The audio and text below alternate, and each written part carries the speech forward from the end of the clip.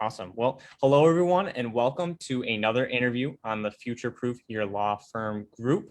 Super excited to have Shawn Daniels here today. Thank you so much for being here, Shawn. I really appreciate it. You bet. So, Shawn, if you wouldn't mind starting off, I'd like to start off with all my guests. Why don't you give a brief introduction, who you are, a little bit more of your background, and kind of what your firm specializes in. Okay. I'm in a small firm now in Fayetteville, Arkansas. I mean, you want me like my personal background? Yeah, go into both of them. I was born in the great state of Oklahoma, finished high school in Texas, and went to school in Arkansas, married a girl from Arkansas, and here we are. I've been practicing for 30 years. I've been on my own now for only about 3. I was always part of a big firm, and I just left one. It was a multi-state firm. It was fine. I got no. I'm glad for the experience, but I was never cut out to just do. I mean, we had more meetings and committees and meetings, and I was like, I just want to practice law. I mean, that's what I enjoy doing. I don't enjoy being on committees and going to meetings all the time. So that's sometimes what happens with the big firms. So for the last 3 years, I've been on my own. I've been almost 80 to 90% of what I do is products liability now. I mean, we still have tons of car wrecks and truck wrecks and stuff like that. We still do those, but as I've gotten older, it's just that, you start kind of being pushed into a niche. You handle a few, and then word gets out, and next thing you know, other lawyers are calling you about, hey, we had a tire failure on this case, or the fuel tank ruptured, and so it's just pretty much that's about all I do now, other than the like I say, we keep doing the auto wrecks and the truck wrecks and stuff like that. Gotcha. Oh, that's really interesting. And, as you said there, you were very passionate about practicing law. So is being a lawyer something you wanted to do, growing up, or did you just kind of fall in love with it, by accident? Definitely by accident. I grew up in raising cattle. My dad's a large animal vet, and really clear up into about my second or third year of college, I was going to go to vet school and join my dad. Oh, okay. And I don't know what really happened or what triggered it. I just started getting an interest in it. Nothing really, I didn't have an epiphany one day about, hey, I should have been a lawyer. I should be a lawyer. It just kind of gradually went that way. And like I said, to this day, I sometimes I'll think back and go, I probably should have gone to vet school. As far as just. It's hard to put it in words, but the law is a weird kind of a business. You're not doing anything in the old school traditional sense. Like Dad would go up, there'd be a cow on the ground, he'd do his work, and the cow lives, and you got a happy rancher, and you drive away and you save that animal's life. Or a guy that's a construction guy, he can drive by 20 years later and go, see that building, I built that. Well, lawyers, we don't have that, and I don't know if it's something about the always trying to find the most difficult path, but I don't know. I've just always kind of been oriented that way. I'm glad I did it. I mean, I do a lot of good, I think, but I don't have. I'm not one of those guys that's like, oh, I knew from day one I wanted to be a lawyer. It was never that way. But the good thing about it, I think, with me and people like me, because I'm a little bit unusual for most people to go to law school. The ones that either their daddy was a lawyer or they've always wanted to be one, they come into it with a kind of a different perspective on things than me. I came into it more from a rural kind of blue collar type life, and then I bring that over into law. And I've noticed I'm way ahead of most lawyers when it comes to going out and meeting with folks. I mean, we'll go out there a lot of times with other lawyers, and somebody's had a horrible thing happen to them, whether, I'll give a real world example. There was an air compressor that was being used to power a plant while the built-in compressor was down. And so these are massive air compressors, and they're pumping air, everything runs pneumatically over there. They're having to refuel it, so they have to shut it down. And they shut it down wait for the gauge to go to zero, close the valves as they're supposed to. There's you got a valve on the compressor, a hose, and then a valve into the plant where it feeds in. Close both the valves per the instructions, and so my guy's trying to disconnect the hose.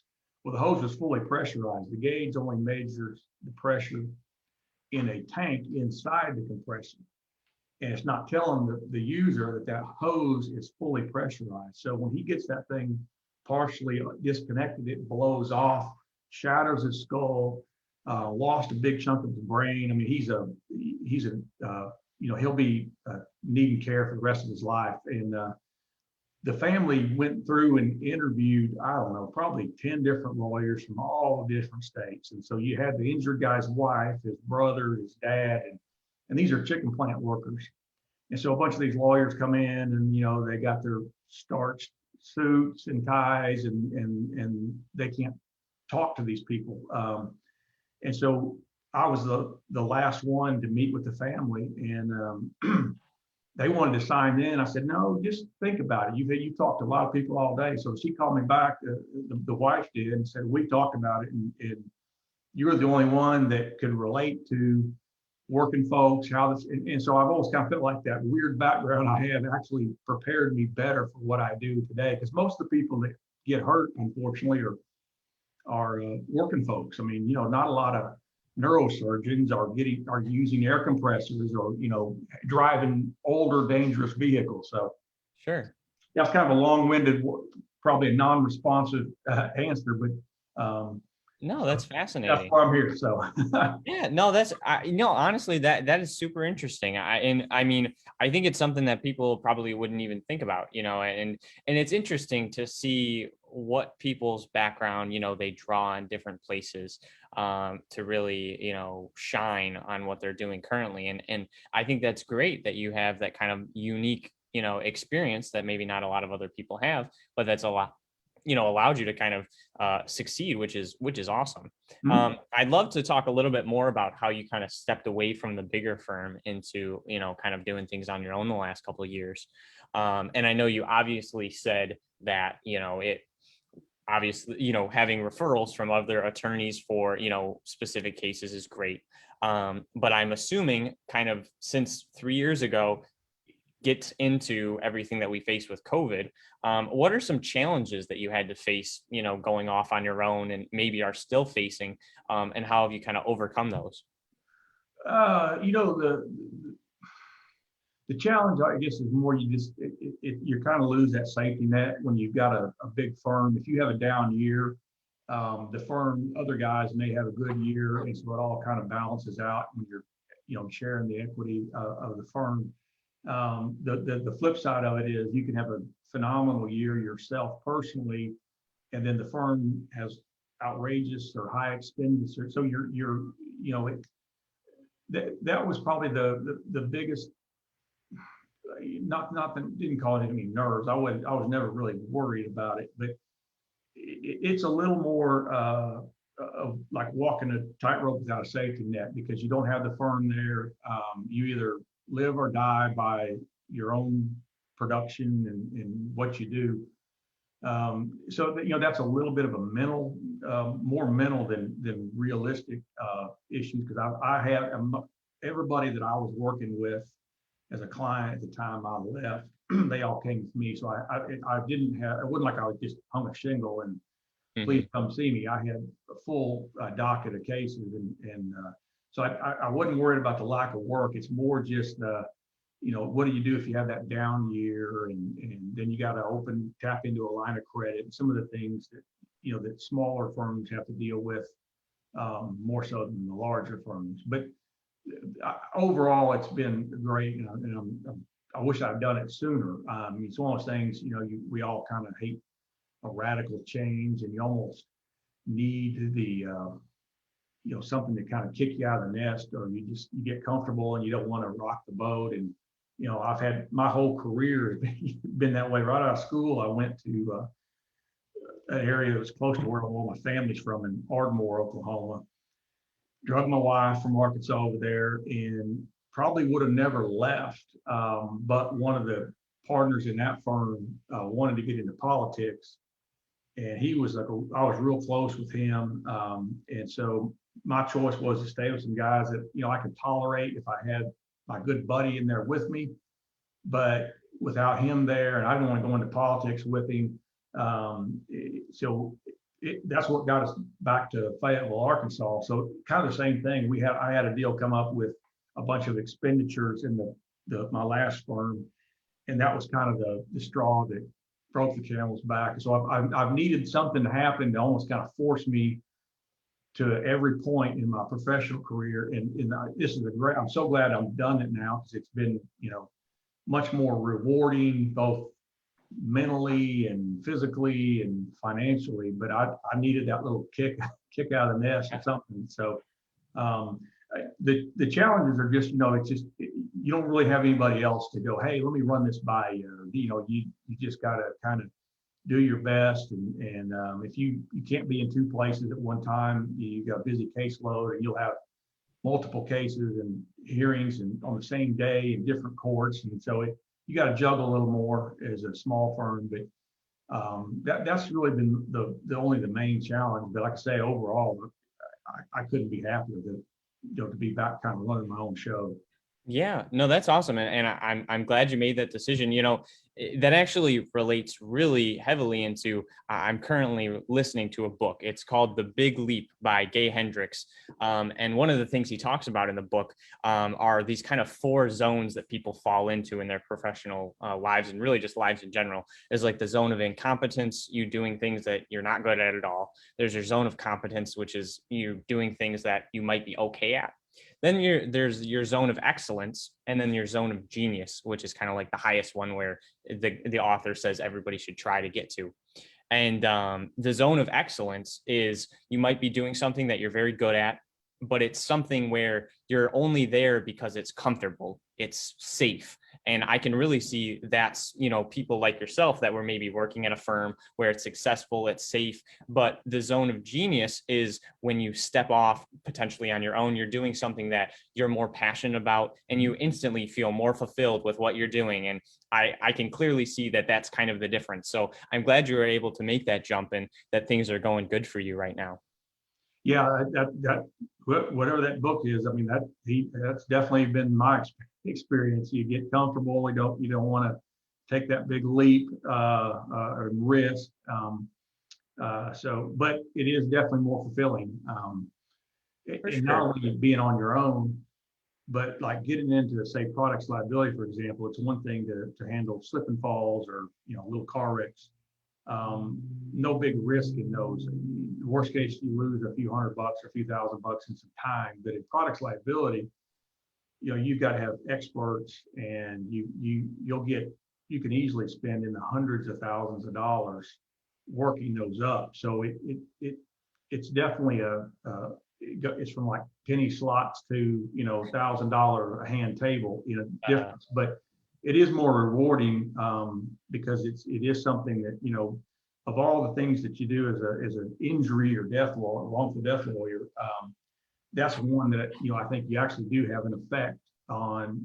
That I talked earlier about the builder, my dad, the vet, when he saved the cow, or the builder that can see the building. We actually can affect things. I mean, there's been changes made to products. I mean, the air compressor manufacturer that I talked about earlier, they now put a warning on the machines that the users know that, hey, make sure that the hose has been depressurized. This gauge only measures pressure in the tank.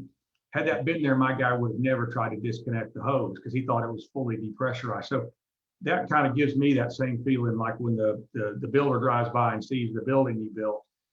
I know I can go now and go, those air compressors are safer now for people to use. So that's something that I guess that's why I like that practice better, and I'm more passionate about it because you actually do get that satisfaction of improving product safety, for people. Oh, sure. No, that definitely makes a lot of sense. I mean, you're having long lasting impacts, not just on the one individual, but hopefully saving other people from, Right. falling into the same issue. So that's awesome. I'm curious, with what you're saying, how what you kind of have found a little bit of a niche that you're starting to go into, and relatively new on your own firm, only 3 years old. So what do you see the future of your firm being? Are you looking to try and grow and bring in attorneys, or is it something you just kind of keep it steady where you're at right now? What does the future look like for Daniel's Law Group? Well, I've got a young lawyer now. I mean, I'll probably end up having to hire a few more over the years. I mean, we have enough of the car wrecks and the other truck wrecks and stuff, and I've got a pretty full docket of products work that I just can't take on and handle all these car wrecks. But you don't want to turn them down. I mean, they're good. That kind of keeps the lights on, so to speak. So yeah, I'll probably continue to have to hire some people, but I don't ever want to get the big firm mentality again. I don't have to wear a suit and tie every day, Sure. and we're pretty informal, and that's the way I like to keep it. Gotcha. No, that makes sense, and I wish you the best with that. I can see that hopefully that'll be on, and maybe eventually what I've been doing with some of these people is in a couple months, maybe a year from now, while this show is still going, we can reconnect and kind of have another conversation to see how things are going. Sure. I only got two more questions for you. I really appreciate your time today, Shawn. This one is just kind of a question that I just thought of. Obviously, it seems the ability to get referrals from other attorneys is amazing, and referrals from current clients is amazing as well. So when it comes to when you were first starting, I know, and now, is it just referrals is how everybody finds you? Because that's one thing that I know young lawyers are kind of struggling Yeah. is how do they get their name out there? How do people even, find out about them? Things like that. Yeah, I'm fortunate that I've weathered that, gotten through that spell, because as a young lawyer, it's definitely harder. You don't have, you haven't represented people for years and years, and you haven't got word of mouth out there. I don't really know much about SEO and SEM and all that. We have people that do that for us. So no doubt we still get some cases strictly from internet marketing. Um, the one thing that worked for me when I was a young lawyer, and then when I moved from Oklahoma back to Arkansas, I basically started from ground zero. I mean, I didn't have any clients. I even though I went to school here, I'd been gone for 9 years. I'd never practiced here, so that was kind of like starting all over. And I did work with a couple guys, and early on, I just kind of took whatever I could get. I mean, it was, I had two young kids, and I took some tough cases. I took some, piddly little cases. But those people over time, when you would, work your butt off for them, they would send their friends or families. They'd run in and say, "Hey, my so-and-so was in a wreck. Who should they call?" Well, call Shawn up in Fayetteville. And so you kind of build it that way. That was really before all the internet and everything. It was still phone books and stuff like that.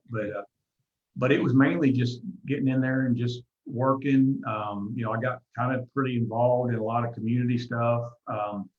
Coached all my kids' stuff, because my oldest was going to start kindergarten right when we moved back here. So I coached all that, and you'd be surprised at how many contacts you meet, all those parents, every kid. And it wasn't if, it was when somebody, either one of them or their friends or family, were in a wreck or something. And so I picked up cases there, and would always usually would come in on Saturday mornings, and would meet people on the weekends. And I put in the time, and it was, a lot of times, 8 to 5 or 9 to 5 doesn't work for people. And I would do it after 5 or on weekends if I needed to. And then, just like I said, having some success in kind of a niche market like products liability, then you start getting other lawyers sending you stuff. So I kind of had connections with people sending me the car wrecks, the slip and falls and whatnot. And then the lawyers send the product stuff. I rarely have a lawyer send me a truck wreck. I mean, they keep it for themselves. The only time they'll send me something is if it's a products case and they know it's going to take a lot of time and a lot of money. And, you've got to have a network of experts that they just don't have. And that's just been kind of slowly built over time. But, to answer your question, it was just, you just get in there and just work hard. I mean, things Yeah. work out. I don't know. I mean, on paper, I should have never done what I've done. I should have never came over here and if I'd have gone to a defense firm, I could have immediately had files to work on, billed by the hour. But I came over as a plaintiff's lawyer, no clients at all. And on paper, I should have gone broke. But things just worked out. I mean, just hard work will carry you through. For sure. Yeah. I think a couple things you said there are definitely important. Hard work for sure is important, and building strong relationships is valuable. Like you said, not only do you have to do a good job with your clients, obviously that is super important. And I think that'll really be good success.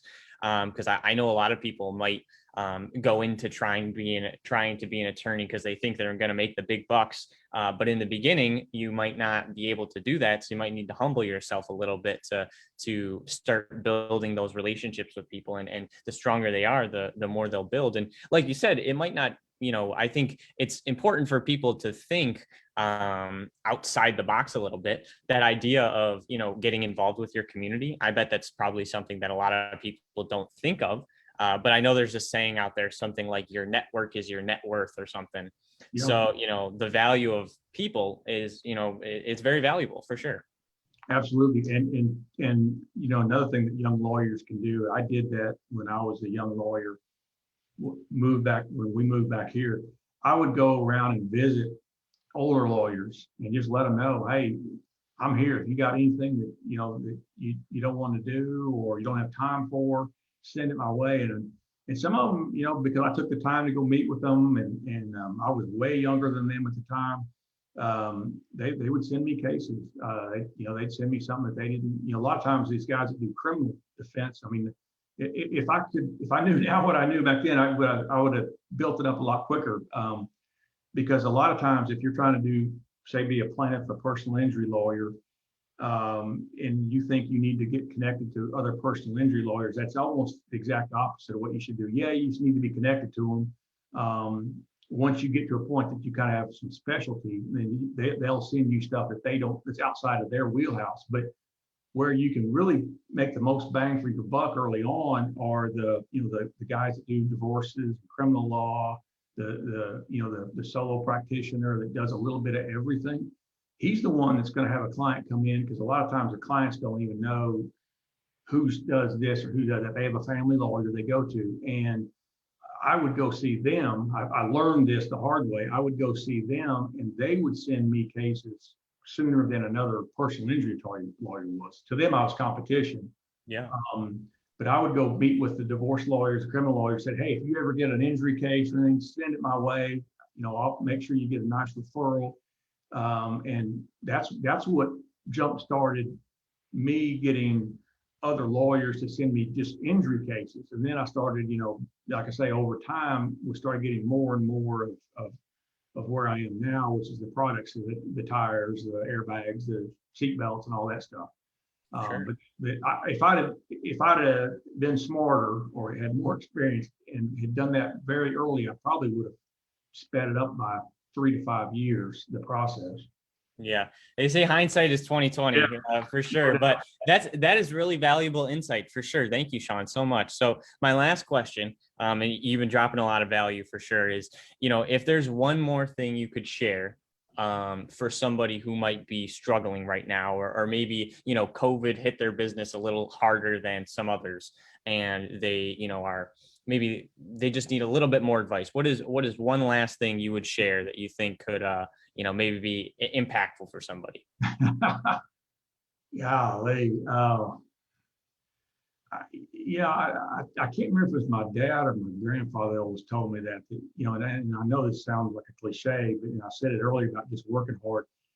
But if you're working hard and doing things the right way, they work out. And I have no basis for that other than that's been my experience. Like I said, there's been times that on paper, I shouldn't have made it. And then just something crazy would happen by just never quitting, never giving up. This this case would come in and boom, here it would go. And it would be a nice fee. And then, we'd catch up on all the bills. And it, I mean, I've been doing this 30 years and that has always been my experience. If I keep my nose to the grindstone and do it the right way, I mean, there's a lot of ways you can cut corners and, do things a little shady that in the short term, may actually jump you ahead a little bit financially, but in the long term, it won't work. And I mean, a lot of it's just blind faith. I mean, you just it's just work hard and do it the right way, and things will work out. I'm living proof of it because I've done some really dumb things in my in my life, but hard work and never giving up, and it has always pulled me through. For sure. Or yeah. It might be cliche, but it's probably because it's true. I mean, people wouldn't say it so much if it wasn't true. Working hard is very valuable. So, Shawn, if for whatever reason, if somebody wants to get in touch with you guys, your firm, what would be the best place for them to find you guys at? We're the website is www.danielsfirm.com, or you can call me anytime. I mean, the website's got all my contact information. If any young lawyer or anybody else, ever has any questions, I mean, I firmly believe in giving back. I mean, I've had some older lawyers over my life that have helped me out when I was a young, struggling, starving lawyer, and I'll absolutely feel obligated to do the same. I'll take time out of my day to talk and offer any advice that I can. So I mean, I'm available anytime. Awesome. Well, thank you so much, Shawn. And thank you for all the value today. Really appreciate it. Thank you, everybody, for watching. And hope you all have a great day. And we will see you in the next one. Bye-bye.